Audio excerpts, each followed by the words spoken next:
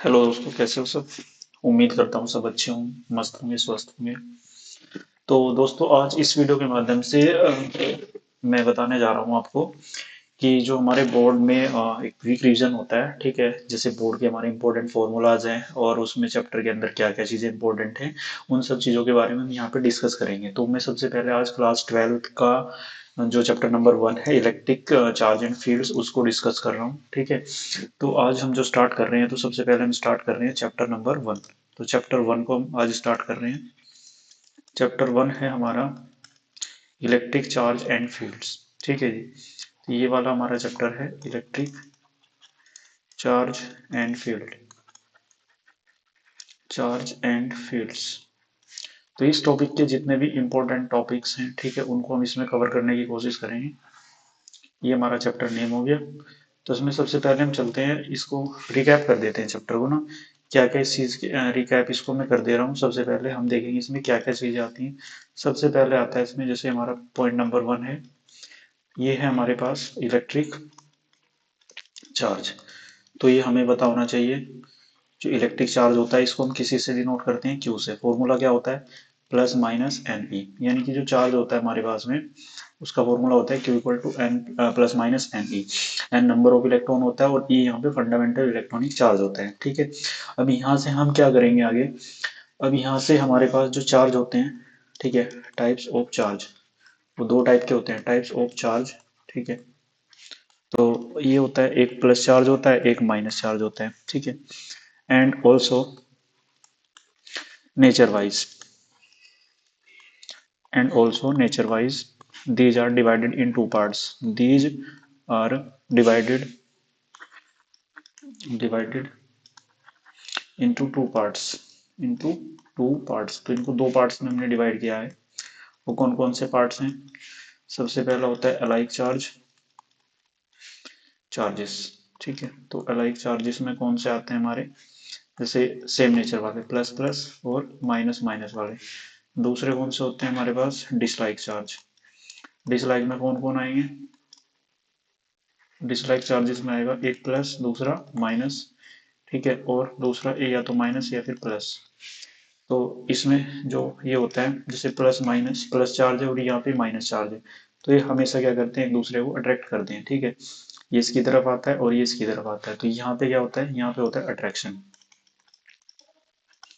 Attraction, ठीक है। और जो हमारे पास सेम नेचर चार्ज होते हैं, same nature charge, same nature charges always ripple, always ripple. तो ये हमेशा रिपल करेंगे। जैसे भी ये प्लस है और ये प्लस है, तो प्लस प्लस से क्या करेगा, दूर भागेगा, ऐसे है ना, ये वाला। तो ऐसे दूर भागेंगे, तो इनका मतलब यहाँ पे क्या हुआ, यहाँ पे होता है भाई ये रिपल्सन इसमें। तो यहाँ पे क्या हो रहा है, ये रिपल्सन हो रहा है, ठीक है। तो इस तरीके से हमारे पास ये चार्ज होते हैं। ये जो हमने लिखा है इसमें, अगेन मैं इसको रिपीट कर रहा हूँ, Q equal to plus minus N E. ये इंपॉर्टेंट है किस चीज़ के लिए, ये इंपॉर्टेंट है न्यूमेरिकल के लिए। तो आप न्यूमेरिकल के लिए इसको अच्छे से देख लेंगे। जो इस पे न्यूमेरिकल बनते हैं वो भी मैं आपको कराऊंगा नेक्स्ट लेक्चर में, उनको भी मैं यहाँ पे डिस्कस कर दूंगा। इंपॉर्टेंट है ये, किसके लिए इंपॉर्टेंट है, फॉर न्यूमेरिकल। अब हम इसमें आगे बात कर लेते हैं कूलम्ब्स लॉ की, ठीक है भाई। ये होता है कूलम्ब्स लॉ। कूलम्ब्स लॉ क्या कहता है हमारे पास, कूलम्ब्स लॉ कहता है कि भाई अगर हमारे पास दो चार्ज हैं, एक Q1 चार्ज है, दूसरा Q2 चार्ज है, और दोनों कितनी दूर रखे हैं एक दूसरे से, r डिस्टेंस पे रखे हैं, तो इनके बीच में फोर्स लगता है। वो फोर्स क्या होता है भाई, वो फोर्स होता है F equal to 1/4 pi epsilon 0 Q1 Q2 upon R square. ये वाला फोर्स होता है भाई, ठीक है। तो ये फॉर्मूला होता है हमारे पास फोर्स का, इतने न्यूटन। भाई यूनिट लिखना बहुत ज़्यादा जरूरी होता है, ठीक है।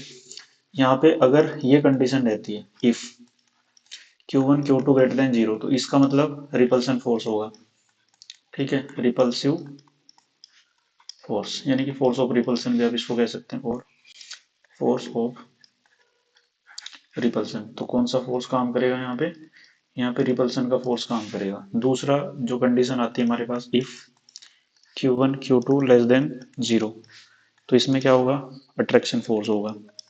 कौन सा फोर्स होगा भाई, यहाँ पे अट्रैक्शन फोर्स वर्क करेगा, ठीक है। तो ये हमें पता होना चाहिए। तो अब यहाँ से अगर इसमें दो केस बनते हैं हमारे पास, दो फॉर्मूला इसमें हम बनाते हैं। एक फॉर्मूला तो होता है इसमें F proportional to Q1 Q2, ये वाला फॉर्मूला होता है, ठीक है। अगर इसमें इफ Q1 को हमने किया N1 टाइम्स ऑफ Q1, है ना, इसको हमने N1 टाइम्स बढ़ाया, एंड Q2 को हमने क्या किया, Q2 को हमने बढ़ाया N2 टाइम्स Q2, देन जो फोर्स होगा चार्ज के बीच में वो डायरेक्ट आप इस फॉर्मूले से निकाल सकते हैं शॉर्टकट में, F equal to N1 N2, ठीक है, ये वाला F2 इक्वल टू F1। तो ये वाला फॉर्मूला अगर आप डायरेक्ट लगाएंगे तो इस फॉर्मूले से मतलब क्या होगा, डायरेक्ट आपका आंसर आ जाएगा कि कितने टाइम्स फोर्स हुआ है। दूसरी कंडीशन में आती है कि भी अगर हमारे पास में इफ क्यू ये एफ प्रोपोर्शनल टू 1/r², तो यहाँ से जो फॉर्मूला बन के आएगा, तो भाई ये फॉर्मूला बनेगा हमारा F2 equal to F1 R1/R2 का होल स्क्वायर। तो इस वाले फॉर्मूले से भी काफी क्वेश्चन देखने को मिल जाते हैं एग्जाम में, ठीक है। ये फॉर्मूला कब लगाना है कि जैसे हमारे पास दो चार्ज हैं, ये वाले कितना है Q1 पे रख, Q2 है ना, Q2 R1 पे रखे हैं, तब फोर्स कितना लग रहा है यहाँ पे, लेट से F1। अगर इनके बीच का डिस्टेंस हम कितना कर दें, इनके बीच का डिस्टेंस हम कर दें Q1, चार तो सेम ही है ना, R2 कर दें, तो यहाँ पे जो फोर्स लगेगा वो होगा F2, और उस F2 का फॉर्मूला मैंने क्या बताया, ये वाला फॉर्मूला उसमें लगाएंगे आप, ठीक है। इस फॉर्मूले से उसको सॉल्व किया जाएगा। तो यहाँ से ये चीजें हमें क्लियर हो गई होंगी, ठीक है। तो ये हमारे पास में, अब इसकी बात करते हैं vector form of Coulomb's law, ठीक है भाई। जो कूलम्ब्स लॉ का वेक्टर फॉर्म होता है वो क्या होता है, वो होता है F equal to 1/4πε0 Q1 Q2/r²। देखो ये तो हो गया मैग्नीट्यूड इतना, और ये हो जाएगी साथ में डायरेक्शन यहाँ, ठीक है भाई। तो इसको हम क्या कहते हैं, ये जो पोर्शन, ये वाला जो पार्ट होता है ये होता है मैग्नीट्यूड, ठीक है जी। और भाई ये क्या होता है इधर आर कैप जो मैंने लिखा है, इसको क्या कहते हैं, इसको कहते हैं डायरेक्शन, ठीक है। तो यहाँ से इस फॉर्मूले से आप सिंपली सॉल्व करके निकाल सकते हैं आंसर, जो भी क्वेश्चन आपके पास में है। नेक्स्ट आता है हमारे पास इलेक्ट्रिक फील्ड। तो इलेक्ट्रिक फील्ड जो होता है वो क्या होता है कि इलेक्ट्रिक फील्ड जो होता है किसी टेस्ट चार्ज पर लगने वाला फोर्स होता है। सपोज दैट हमारे पास ये प्लस क्यू चार्ज है, तो ये क्या करता है, अपने चारों तरफ एक फील्ड बनाता है ऐसे, ये वाली फील्ड। तो ये क्या बनाएगा, ऐसे आउटवर्ड फील्ड लाइन जाती है इसमें से, ये वाली, ये बनाएगा एक फील्ड। इस फील्ड को हम क्या कहेंगे भाई, इस फील्ड को कहते हैं इलेक्ट्रिक फील्ड। कौन सी फील्ड होती है, इलेक्ट्रिक फील्ड, ठीक है। एक इलेक्ट्रिक फील्ड बनाएगा। अब इस फील्ड में अगर मान लो कोई दूसरा चार्ज यहाँ आना चाहता है Q0, तो यहाँ पे ये फील्ड उस पर क्या लगाएगी, फोर्स लगाएगी, ठीक है। तो जो फोर्स लगाएगी वो कैसे लिखा जाता है, उस फोर्स को हम लिखते हैं यहाँ पे F equal to Q0 × E। तो यहाँ से इलेक्ट्रिक फील्ड का फॉर्मूला हो जाएगा E इक्वल टू F/Q0, ठीक है। Q0 यहाँ पे टेस्ट चार्ज होता है, ठीक है। और यूनिट क्या बनेगी भाई इसकी, न्यूटन बाई कूलम। तो ये हमारे पास में यहाँ पे यूनिट बन जाएगी इसकी इलेक्ट्रिक फील्ड की। अब हम बात करते हैं, नेक्स्ट पॉइंट है हमारा ये वाला, electric field due to a point charge. Electric field due to a point charge,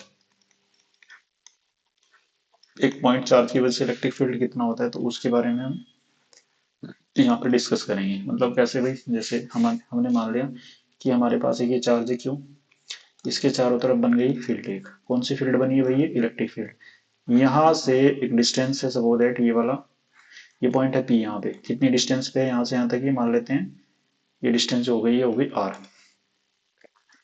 इस R डिस्टेंस पे मुझे फाइंड करना है इलेक्ट्रिक फील्ड यहाँ कितना होगा। तो इस पॉइंट पे जो इलेक्ट्रिक फील्ड का फॉर्मूला होता है तो होता है 1/4πε0 Q/r²।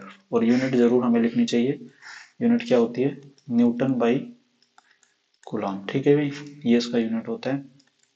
और ये आपको पता ही होगा सबको कि 1/4πε0 जो होता है इसकी वैल्यू कितनी होती है, 9 × 10⁹ होती है, ठीक है। तो ये इसमें फॉर्मूला हम लगा देंगे। इसमें भी दो फॉर्मूले, यहाँ से दो केसेस बनते हैं। इफ Q इज कांस्टेंट, अगर हमारे पास चार्ज कांस्टेंट है तो आप इसमें फॉर्मूला लगा सकते हैं E प्रोपोर्शनल टू 1/r²। इसका मतलब क्या हुआ भाई, इसका मतलब ये होता है कि E2 जो है वो E1 × R1/R2 का होल स्क्वायर, ठीक है। इस तरीके से हम इसको कैलकुलेट कर सकते हैं।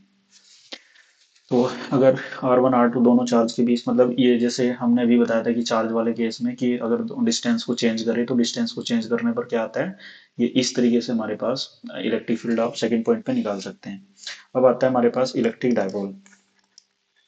इंपॉर्टेंट चीजें ही मैं डिस्कस कर रहा हूँ, चैप्टर बहुत बड़ा है तो ओनली मैं वही चीजें डिस्कस कर रहा हूँ जो इंपॉर्टेंट है। इलेक्ट्रिक डायपोल ये क्या होता है भाई? इलेक्ट्रिक डायपोल जो होता है वो होता है दो चार्ज का कॉम्बिनेशन। मतलब एक चार्ज हमारे पास माइनस क्यू है और एक चार्ज हमारे पास प्लस क्यू है। दोनों चार्ज जो हैं अगर वो एक दूसरे से स्मॉल डिस्टेंस पे रखे रहते हैं, कितनी डिस्टेंस पे? स्मॉल डिस्टेंस, मतलब दोनों के बीच का डिस्टेंस जो है हमने बहुत कम कर दिया दोनों चार्ज के बीच का। ठीक है। तो अगर ये दो चार्ज जो हैं अगर स्मॉल डिस्टेंस पे रखे हों और कैसे चार्ज होने चाहिए? दोनों चार्ज होने चाहिए equal magnitude but opposite nature. ठीक है जी। मतलब जैसे ये माइनस का क्यू है, ठीक है, एंड ये क्या है? प्लस का क्यू। तो अगर आप यहाँ देख पा रहे हैं नेचर क्या है दोनों का? नेचर हो गया ऑपोजिट। ठीक है भाई, दोनों का नेचर ऑपोजिट हो जाएगा। और भाई ये हो गया ना। अगर हम बात करें magnitude of plus Q equal होगा मैग्नीट्यूड ऑफ माइनस क्यू के, तो दोनों एक ही सिस्टम होता है दो चार्ज का डायपोल, जिसमें एक नेगेटिव चार्ज होता है दूसरा पॉजिटिव, और दोनों एक दूसरे से किस पे रखे रहते हैं? एक स्मॉल डिस्टेंस पे रखे रहते हैं, उनको हम बोलते हैं इलेक्ट्रिक डायपोल। डाई का मतलब होता है दो, पोल का मतलब पॉजिटिव एंड निगेटिव, यानी कि इसमें दो पोल होते हैं, एक पॉजिटिव वाला एक निगेटिव वाला। अब हम बात कर लेते हैं इलेक्ट्रिक डायपोल मोमेंट। ये क्या होता है भाई? Electric dipole moment. जो इलेक्ट्रिक डायपोल मोमेंट होता है ये होता है हमारे पास, जैसे हमने एक डायपोल अभी कंसीडर किया था ये वाला, इसमें एक चार्ज है हमारे पास माइनस क्यू और दूसरा चार्ज हमने क्या लिया? Plus Q. Suppose that in दोनों चार्ज के बीच का जो डिस्टेंस है वो मैंने कितना ले लिया? यहाँ से यहाँ तक उसको मैं ले लिया 2l। तो ये जो आएगा डायपोल मोमेंट वो आएगा P इक्वल टू दोनों चार्ज में से एक चार्ज का मैग्नीट्यूड और दोनों के बीच का डिस्टेंस। तो यानी कि जो P आ जाएगा वो कितना आएगा? 2l into Q. अब हम यहाँ पे बात करते हैं जो ये होता है एक्चुअली ये वेक्टर क्वांटिटी होती है। कैसी क्वांटिटी होती है? वेक्टर। P इक्वल टू होता है 2l क्यू, है ना, ये वाला। ये हमारे पास एक वेक्टर क्वांटिटी होती है, वेक्टर होता है भैया। ठीक है। डायरेक्शन क्या होती है इसकी अगर ये वेक्टर है? तो इसके बारे में बात करें, एक तो इसका जो बात कर रहे हैं हम इसकी डायरेक्शन की, तो डायरेक्शन क्या होगी भाई? डायरेक्शन होती है इसकी negative to positive. Negative to positive जो इलेक्ट्रिक फील्ड का डायरेक्शन होता है ना उसके ऑपोजिट डायरेक्शन में होता है इसका डायरेक्शन। ठीक है। यूनिट क्या बनेगी इसकी? यूनिट आप देख सकते हैं यहाँ से कूलम इंटू मीटर। तो इसका यूनिट ये बन जाएगा कूलम इंटू मीटर। ये हो गया हमारे पास डायपोल मोमेंट। अब हम बात कर लेते हैं electric field due to electric field due to dipole in axial condition. Axial condition कि हमारे पास जो एक्सियल कंडीशन होती है उसमें इलेक्ट्रिक फील्ड कितना होता है? किसकी वजह से? एक डायपोल की वजह से। ठीक है। तो इसको थोड़ा सा देख लेते हैं। ये जो चीजें होती हैं जैसे हमने ये हमारे पास एक डायपोल है इस तरीके से, यहाँ पे माइनस क्यू चार्ज रखा है और यहाँ पे कैसा चार्ज रखा है भाई? Plus Q charge. तो यहाँ पे मैंने एक पॉइंट ये ले लिया, ये वाला पॉइंट है पी। आपको पता है प्लस की वजह से इलेक्ट्रिक फील्ड आएगा इस तरफ, ये हो गया E1, और जो निगेटिव चार्ज है उसकी तरफ कैसे आएगा? अंदर की साइड आएगा। ठीक है। तो ये होता है E2। तो दो फील्ड हो गया हमारे पास में, दो फील्ड हो जाएंगे, एक अंदर की तरफ एक बाहर की तरफ। ठीक है, ये वाला डायपोल। अब यहाँ से इसका ये सेंटर पॉइंट होता है, ये लेंथ हमने कितनी मान ली? यहाँ से यहाँ तक L है भाई। L डिस्टेंस में यहाँ से यहाँ तक मान लेता हूँ, दोनों लेंथ ही स्मॉल लेंथ है। और ये पूरा जो इसका सेंटर पॉइंट है यहाँ से मैंने इस पॉइंट P तक का जो डिस्टेंस है वो कितना कंसिडर किया है भाई? उसको कंसिडर किया मैंने R। तो यहाँ से यहाँ तक अगर मैं देखूंगा, ठीक है, यानी कि इस पॉइंट तक, तो ये डिस्टेंस हो जाएगी R प्लस L। और ऊपर यहाँ से अगर मैं देखूँ ये डिस्टेंस, तो ये कितनी होगी? ये हो जाएगी R माइनस L। तो इस तरीके से जो इलेक्ट्रिक फील्ड का फॉर्मूला आता है एक्सियल कंडीशन में वो क्या आता है? 1/4πε0 2p अपॉन आर क्यूब। तो भाई ये फॉर्मूला हमारा एक्सियल कंडीशन में आता है, इंपॉर्टेंट फॉर्मूला। डेरिवेशन भी बहुत इंपॉर्टेंट है, डेरिवेशन की मैं अलग से वीडियो बनाऊंगा। ठीक है, ये होता है। अगर हम बात करें फिर इक्वेटोरियल में, इलेक्ट्रिक फील्ड इन इक्वेटोरियल कंडीशन। इलेक्ट्रिक फील्ड इन इक्वेटोरियल कंडीशन, तो उसमें कितना आएगा भाई? इक्वेटोरियल कंडीशन, जो इक्वेटोरियल कंडीशन होती है ना उसमें जो इलेक्ट्रिक फील्ड होता है हमारा, देखो इक्वेटोरियल में क्या हो जाएगा? ये लाइन बिल्कुल परपेंडिकुलर हो जाएगी, मतलब ऐसे है ये, ऐसे हम देख रहे हैं इसको यहाँ से, ये डायपोल हो गया, ये माइनस क्यू और भाई ये प्लस क्यू, ये क्या हो गया यहाँ पे प्लस क्यू।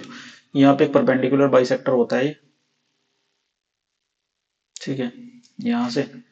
तो ये एक लाइन हम यहाँ से ऐसे ड्रॉ कर देते हैं, एक लाइन हमारी यहाँ से ऐसे ड्रॉ कर लेते हैं, ये वाली, ये वाली, ये अराउंड यहाँ पे एक पॉइंट होता है, ये पी यहाँ पे हम कैलकुलेट करते हैं। तो ये इक्वेटोरियल पॉइंट होता है हमारा पी, ठीक है। ये लेंथ होती है यहाँ से यहाँ तक, मैं ऑलरेडी बता चुका हूँ कितनी होती है भाई, ये होती है यहाँ से यहाँ तक एल, और एल ही होती है यहाँ से यहाँ तक ये। और इस डिस्टेंस को हम कितना लेते हैं यहाँ से यहाँ तक आर, ठीक है। और ये जो डिस्टेंस होगी पाइथागोरस के according R square plus L square under root R square plus L square. Electric field यहाँ पे E1 होगा अंदर की साइड, और ये बाहर की तरफ इलेक्ट्रिक फील्ड E2 होगा। जो रिजल्टेंट इलेक्ट्रिक फील्ड होता है इनका, वो यहाँ आता है इनके बीच में टू थीटा एंगल पे, ठीक है। ये इलेक्ट्रिक फील्ड आता है, तो इसका जो फॉर्मूला आता है वो आता है E equatorial equal to 1/4 pi epsilon not P upon R cube. तो यानी कि ये वाला इक्विटोरियल का फॉर्मूला होता है, ठीक है। तो ये बात उम्मीद करता हूँ आपको समझ में आ रही होगी। अब इन दोनों में क्या रिलेशन होता है नाउ, यहाँ से आप देख सकते हैं जो एक्सियल वाला होता है ई एक्सियल, वो किसके इक्वल होता है 2 टाइम्स ई इक्विटोरियल। यानी कि ये कभी कभी एमसीक्यू में पूछ लिया जाता है कि इन दोनों में क्या रिलेशन होता है आपस में, ठीक है। तो इसमें दोनों में रिलेशन होता है। अब अगर पूछे आपको जनरल पॉइंट पे, ठीक है, जैसे हम बात कर रहे हैं at a general point, at a general point, एक जनरल पॉइंट है ना। अगर हम उस पर बात करें at general point electric field, तो एक जनरल पॉइंट पे इलेक्ट्रिक फील्ड कितना होगा, ठीक है। तो उसके बारे में बात करें तो उसके लिए फॉर्मूला होता है 1/4 pi epsilon not P upon R cube into under root 3 cos square theta plus 1। तो इस फॉर्मूले से आप जनरल पॉइंट पे इलेक्ट्रिक फील्ड कैलकुलेट कर सकते हो। यूनिट क्या होता है भाई इसका, न्यूटन बाई कूलम। अब नेक्स्ट टॉपिक आता है हमारे पास में electric field lines, electric field line. जो हमारे पास इलेक्ट्रिक फील्ड लाइन होती हैं वो क्या होती हैं भाई, एक कर्व होता है, इमेजिनरी कर्व होता है, जो कहाँ से स्टार्ट होता है, जैसे ये प्लस पॉइंट है हमारा और ये हमारा माइनस पॉइंट है। तो इलेक्ट्रिक फील्ड लाइन एक इमेजिनरी कर्व होता है जो प्लस चार्ज से स्टार्ट होता है और कहाँ पे पहुंचता है माइनस में। ऐसे आप कह सकते हो उसको, जैसे यहाँ से स्टार्ट हुआ प्लस से चला गया माइनस में, ठीक है। ऐसे ये कौन सी फील्ड लाइन होती है, इनको बोलते हैं इलेक्ट्रिक फील्ड लाइन। ऐसा नहीं है कि ये पॉजिटिव चार्ज की वजह से क्रिएट होगी। तो इसमें हम क्या कर सकते हैं, जैसे प्लस क्यू चार्ज होता है तो ये फील्ड किस कैसे बनाता है, इसमें फील्ड लाइन जाती है हमेशा बाहर की तरफ ऐसे, ठीक है। और जो ये इस तरीके से फील्ड लाइन इसमें से बाहर की तरफ जाती है। अगर ये हमारे पास निगेटिव चार्ज होता है तो इसमें फील्ड लाइन क्या करती है भाई, वो अंदर की साइड आती है, सिंक सोर्स होता है ना। तो ये वाला इस तरीके से इसमें होता है, यानी कि इसको कहते हैं पॉजिटिव चार्ज, है ना, और इसको क्या कहते हैं निगेटिव चार्ज। बताओ भी क्लियर हो रहा है क्या ये चीजें, है ना। अब इसमें से जो इम्पोर्टेंट पॉइंट होता है, अगर हमें न्यूट्रल पॉइंट निकालना हो, इसका जो इम्पोर्टेंट पॉइंट होता है एक ये होता है कि भाई जो हमारी इलेक्ट्रिक फील्ड लाइन होती हैं वो कभी कट नहीं करती। Electric field lines never intersect to each other. कभी भी वो एक दूसरे को इंटरसेक्ट नहीं करेंगी, ये बहुत इंपॉर्टेंट पॉइंट है इसका, ठीक है। ये एग्जाम में डायरेक्ट पूछा जाता है कि दो फील्ड लाइन आपस में इंटरसेक्ट क्यों नहीं करती हैं। अब इसका मैं रीजन समझाऊंगा आपको कि भाई दो फील्ड लाइन कैसे कट नहीं करती हैं आपस में। देखो जैसे हमने एक पॉइंट है, एक ये वाली फील्ड लाइन है हमारी, एक फील्ड लाइन ये, अगर ये जो पॉइंट ऑफ इंटरसेक्शन होगा, अगर दो फील्ड लाइन कट कर रही है तो ये इस पॉइंट पे इसकी कितनी डायरेक्शन बनेगी, यहाँ दो डायरेक्शन होंगे, डायरेक्शन 1 और ये डायरेक्शन 2। एक टाइम पे दो डायरेक्शन पॉसिबल नहीं है eight a single point, two directions are not possible, two directions are not possible। ये बहुत ज्यादा इंपॉर्टेंट है इसका पॉइंट, ठीक है, कि एक पॉइंट पे दो डायरेक्शन नहीं हो सकती। That's why two field lines never intersect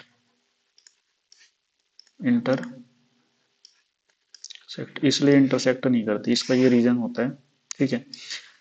और एक इसमें होता है, जो फील्ड लाइन होती है वो चार्ज के डायरेक्ट, फील्ड लाइन जो होती है वो चार्ज के प्रोपोर्शनल होती है डायरेक्टली, ये भी बड़ा इंपॉर्टेंट कॉन्सेप्ट है।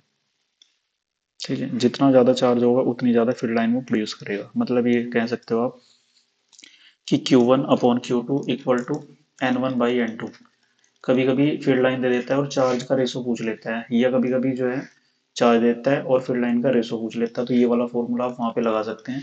इस वाले फॉर्मूले से इलेक्ट्रिक फील्ड लाइन का जो कॉन्सेप्ट है वो आपको क्लियर समझ में आ जाएगा। कितनी फील्ड लाइन, जैसे यहाँ से ना, ये एक हमारे पास चार्ज है और एक चार्ज ये है, तो यहाँ से मान लो एक फील्ड लाइन तो ये चली गई, एक फील्ड लाइन ये चली गई, तो यहाँ पे जो फील्ड लाइन है वो कितनी निकल रही है यहाँ से, 2, और आ कितनी रही है इसमें, 1। तो इसी तरीके से इसके क्वेश्चन आते हैं, क्वेश्चन में बाद में करा दूंगा, अभी मैं इसको थोड़ा सा रैपिड रिवीजन इसमें करवा दे रहा हूँ। और जो हमारी फील्ड लाइन होती है, जैसे ये हमने भी बताया था कि जैसे ये प्लस है और ये माइनस है, यहाँ से मैंने एक लाइन खींची, ये फील्ड लाइन है हमारी, ये फील्ड लाइन है, इसका जो पॉइंट होता है, अगर हम इस पे कोई टेंजेंट ड्रॉ करेंगे ये वाली, ठीक है, ये टेंजेंट जो देती है डायरेक्शन देती है, किस चीज का, डायरेक्शन ऑफ इलेक्ट्रिक फील्ड। ठीक है भाई, क्या देता है ये, direction of electric field at this point, इस पॉइंट पे, इस पॉइंट पे इससे क्या मिलेगा हमें, डायरेक्शन मिल जाएगी। तो ये होता है इलेक्ट्रिक फील्ड। नेक्स्ट हम बात कर लेते हैं इसमें, नेक्स्ट आता है हमारे पास इलेक्ट्रिक फ्लक्स।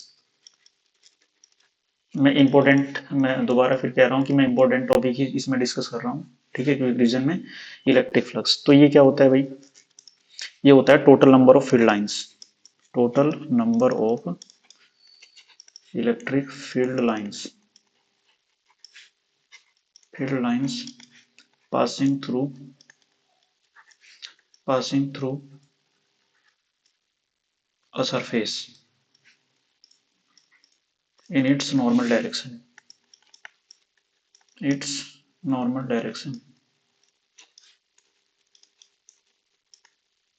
भाई ऐसे होता है, जैसे हमारे पास एक सरफेस है ये वाला, ये बना लिया हमने, इसमें से कितनी फील्ड लाइन पास हो रही है, मतलब ऐसे परपेंडिकुलर कितनी फील्ड लाइन इसमें से पास हो रही हैं, तो उसके लिए ये होता है इलेक्ट्रिक फ्लक्स। ठीक है जी। इस फ्लक्स को हम कैसे शो करते हैं, इसका सिंबल होता है फाई ई, फाई से डिनोट करते हैं। इसका फॉर्मूला होता है phi equal to E dot A, है ना, या आप इसको ऐसे भी लिख सकते हो, और फाई को आप लिख सकते हैं phi equal to E A cos theta, तो ऐसे भी हम इसको लिख सकते हैं भाई। ठीक है, ये कब लगाना है फॉर्मूला, ये फॉर्मूला तब लगता है जब किसी पर्टिकुलर एंगल पे फील्ड लाइन जा रही है। ठीक है, जैसे मैं यहाँ पे बना ले रहा हूँ, जैसे ये सरफेस है इस बार मेरे पास ऐसे,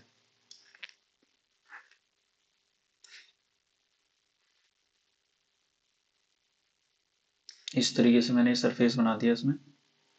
अब जो हमारी फील्ड लाइन है वो सीधी ऐसे जा रही है, सपोज दैट यहाँ से, है ना, ये फील्ड लाइन ऐसे जा रही है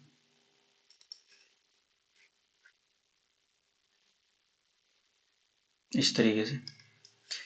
तो यहाँ से नॉर्मल के साथ ही कितना एंगल बना रही है, सपोज दैट ये नॉर्मल है, यहाँ से इस एंगल कितना बना रही है, थीटा। तो यहाँ पे इस कंडीशन में कौन सा फॉर्मूला लगाना है आपको, phi equal to E A cos theta, तो यहाँ पे ये फॉर्मूला आप यूज करेंगे।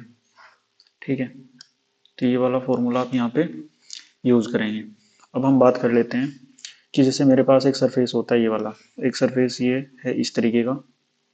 ठीक है, अब इसमें क्या होता है, जैसे ये फील्ड लाइन इसमें अंदर जा रही है और ये फील्ड लाइन इसमें बाहर निकल रही है, तो ये वाला जो फ्लक्स होता है इसको लिया जाता है निगेटिव, सॉरी, इसको निगेटिव लिया जाता है और इसको क्या लिया जाता है, पॉजिटिव। ठीक है, तो आज की वीडियो में भाई मैं इतना ही डिस्कस करेंगे, बाकी जो नेक्स्ट है वो हम नेक्स्ट वीडियो में डिस्कस करेंगे।